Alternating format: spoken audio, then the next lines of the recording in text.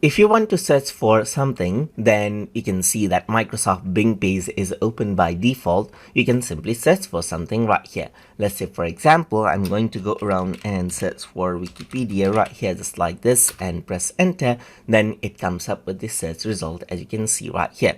What I can also do is I can go around onto the top right here on URL address bar, and then type in something. Let's say, for example, Wikipedia right here and Microsoft Edge, just like this, and press enter. Once you do that, you get access to the default search engine as well, and then you search for content. So instead of using the URL address bar just to access a website by using the web addresses, you can also go around and use it as a search engine, and whatever search engine is set as default, it'll use that to search for content, just like this.